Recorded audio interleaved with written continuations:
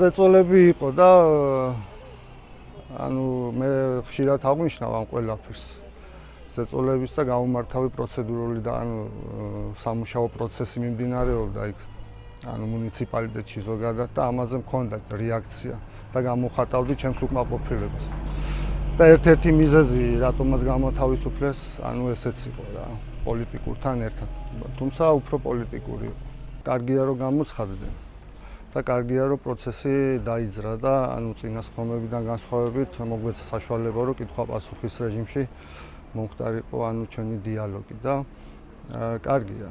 ამით ანუ ნათელი მოეფინება იმ ყველაფერს რაც იქ ხდებოდა და რა მიზეზით და ის გარემოებებიდან გამომდინარე გამოთავისუფლეს დაკავებული თანამდებობიდან.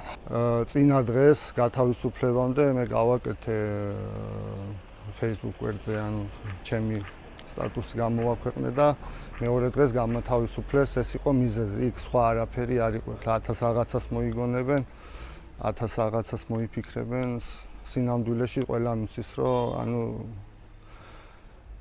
პრობლემა არ ყოფილა ჩემს მიერ იქ სამსახურებრივი უფლებამოსილების შესრულების მომენტში. ასევე სულ-ამაზე საუბრობდით მუნიციპალიტეტის მერის მხრიდან აპარატის ზოგადად ამ სტრუქტურაზე ზეწოლაზე და ამაზე სულ ვიტყვით ორი სიტყვა კამერასთან.